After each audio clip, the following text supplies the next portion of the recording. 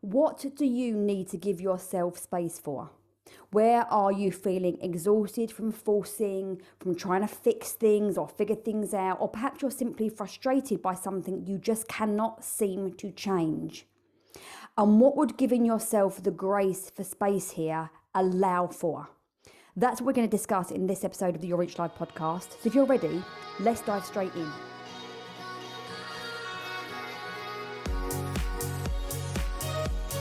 So to start with today, I want to give you an analogy that's going to provide you with a very visual anchor that's going to support what I'm trying to discuss, explain, create in this episode today. So I want you to imagine that you have in your hand the seed of an oak tree. An oak tree that, if cared for and looked after well, will flourish into something magnificent, 100 feet tall and 100 feet wide. Now, if you took that seed, would you plant that seed in a tiny plant pot from your garden and expect to grow a 100-foot tall and wide oak tree? Or would you take yourself off to find a forest or a field or some beautiful, great big open space where you can plant that seed and allow for its germination and then growth and then full expression? So clearly that's a rhetorical question, because I'm guessing and hoping that you would actually go and plant it in a big open space. You may well be able to take the germination period in the little pot, but at some point, to maximize the chance of that tree growing to its fullest expression, to its most magnificent, it needs to have the space. And I want you to really hold on to that visual as we go through today's session, so it really lands with you what I'm inviting you to consider today. So how are we as human beings like the seed in the tiny pot? And I want you to think about this really specifically as it pertains to emotional unfulfillment. So anything in your life that is preventing you from feeling happy, fulfilled, alive, excited, expansive, whatever resourceful emotions that you want to feel, what are the things that you consider in your life are preventing you from feeling that? That's what I mean by emotional unfulfillment. And it really doesn't matter what is creating that. It doesn't matter whether it's your body image, whether it's relationships, jobs, careers, finances, or whether perhaps you don't even know why you don't feel fulfilled, because from the outside, you look like you've pretty much got all your crap together, but something is missing. So if you can think of, maybe there's one area of your life, maybe there's multiple areas of your life, it doesn't matter. There's no judgment here. And I don't want you to judge yourself either. So let's just be in the awareness of that. Let's just witness that.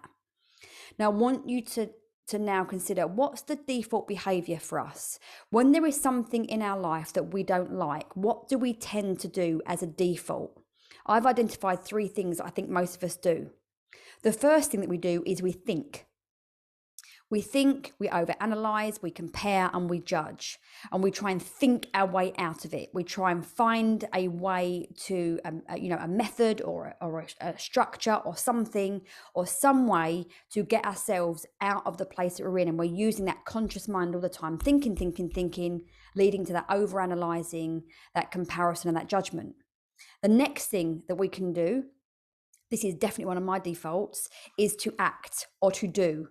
But oftentimes that leads to exhaustion. And you'll often find yourself doing the same thing over and over and over and over again, and still not getting what you want, not getting the results that you want, not achieving the feelings that you want to achieve.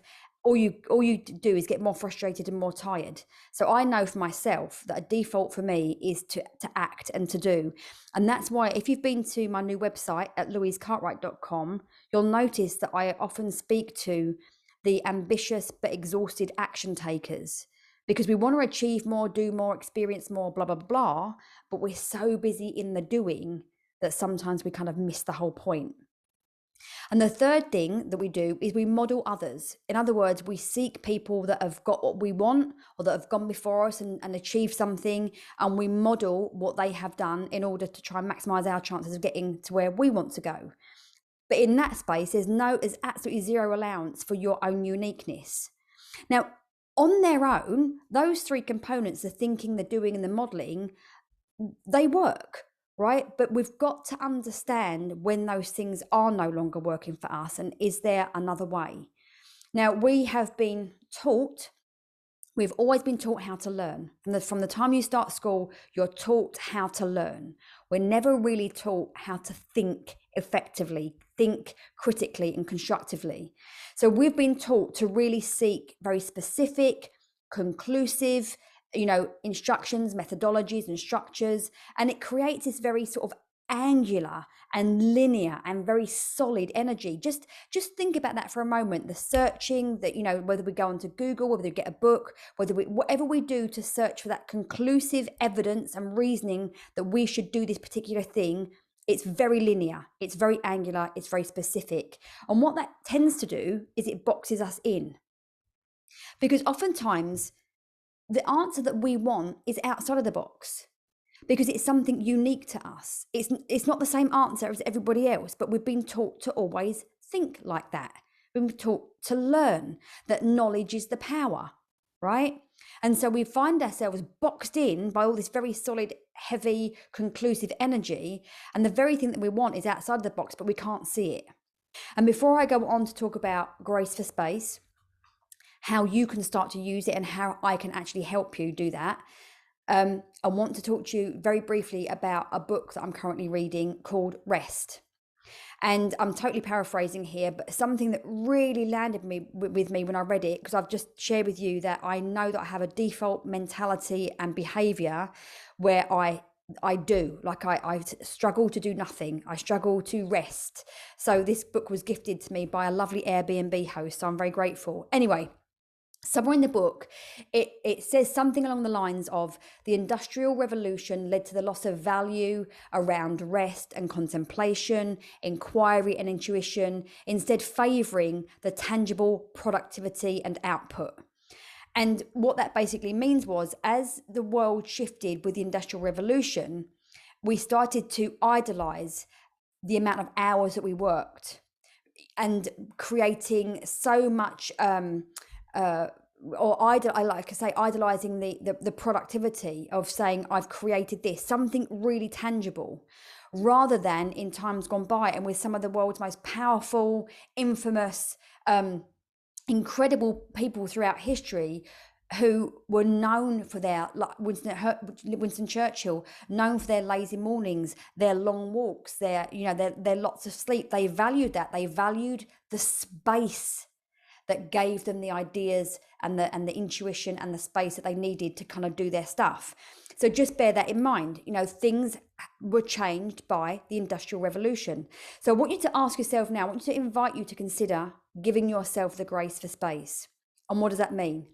So first of all, I want to suggest that grace for space is what it offers. First and foremost is an immediate sort of relief from emotional distress, if you like.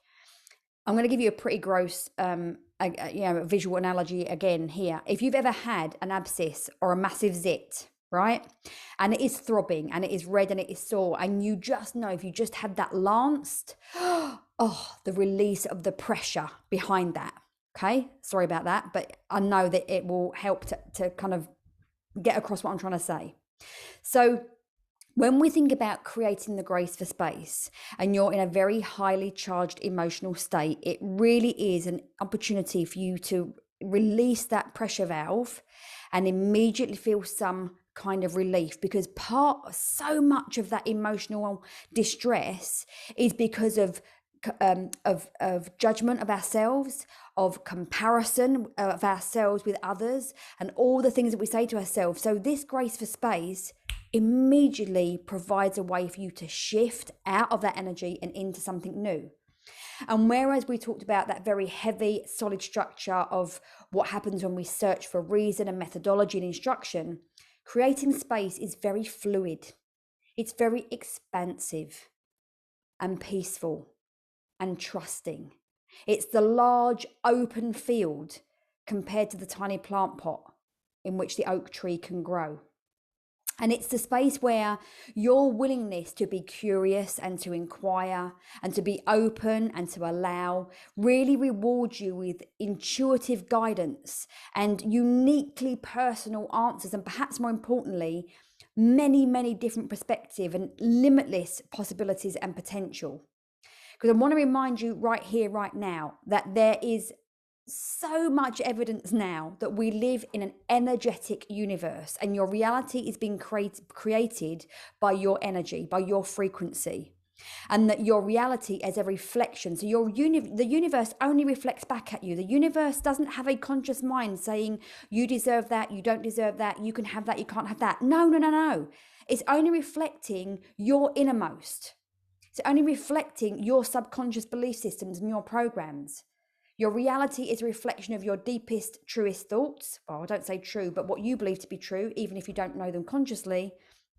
And so when we create this space, when we give ourselves the grace for space, we put ourselves in that fluid, expansive and pulsating energy that the universe naturally is. And we can change the reflection of that in our life by being in this space. The biggest barrier to you doing this is whether you have the trust and the faith and the willingness to give it a little bit more time. Whether you're willing to break down the constructive sort of barriers that you've had up until now of acting, of thinking, of doing, of searching, and just put yourself in a totally new space where you're not going to value productivity as, making that the icon, where you're not going to consistently believe that somebody else has the best answers for you, where you're not going to know that infinitely you already have the answers, but you just need to allow the space to hear and germinate. So just like that oak seed, the oak seed can germinate in that little tiny pot, but at some point it needs the space for that germination to flourish. So are you there right now? That's the question that I'm going to ask you. So as we wrap up this episode today, I've got three things. I've got two things that I can help you with it. But the first thing that I want to ask you is a question around, are you willing to? And if you have been like me, or if you are like me and you are an ambitious action taker, but you're exhausted and you're not seeing results that you want, and you're not feeling the way you want to feel, again, no judgment, no comparison, just be okay with that. It's where you are right now. And you're willing to do something different, then I want you to ask yourself in your head now, are you willing to swap the default mentality of think, act and model and step into your own space and give yourself the grace for space? If that's a resounding yes, fantastic. Follow the next two steps. Step number 2 is I want you to start the process by downloading the 16 life transforming questions. Now, these came off the back end of the incredible podcast episode from last week with the provocative intuitive, where we go deeper into these questions. So please do take a listen. It's really insanely amazing. I'm going to put a link to those questions somewhere around these show notes. So go grab that PDF now and just give yourself the space to use the questions, okay? And I've put the instructions on the PDF so you know exactly what you need to do. The second thing is, I'm really excited to tell you that I'm actually closing down my Facebook group and I'm starting free weekly Zoom calls called Grace for Space. Now, there are no rules, there's no construct here. It's just a community. It's connection, it's conversation, it's collaboration, it's curiosity. Each week we'll do something different, and we're literally gonna let it roll, whatever comes up. Sometimes it might be meditation, sometimes it might be coaching questions, sometimes it might be healing or diving into a word or going into belief systems or sitting in silence or taking a phrase. It doesn't matter what it is. It's the willingness to create that space for 20 to 30 minutes every week for us to be together on Zoom. So again, I'm going to put the link for you to sign up for that, because every week I will send out by email the Zoom link for that week. And we're going to be starting that in the next 1 to 2 weeks. So get yourself on the list now so you do not miss the first call. I do believe Grace for Space is going to be really transformational for everybody that joins, not just because it's going to create so many different perspectives for you, but being in that space with people in the same space as you, with the same intention as you and the same energy as you, that is life changing right there. And it won't just change your life, it can change the energy miles and miles and miles and miles and miles outside around each of us. And I think the world really needs that right now. So make sure you go do those things. Download your PDF, get yourself signed up for Grace for Space, As always, I will ask you to leave me a review on iTunes or leave me a comment on the website, depending on where you're listening to it. Please share with others and invite them to Grace for Space. And I will speak to you again in the next episode of the Your Rich Life podcast.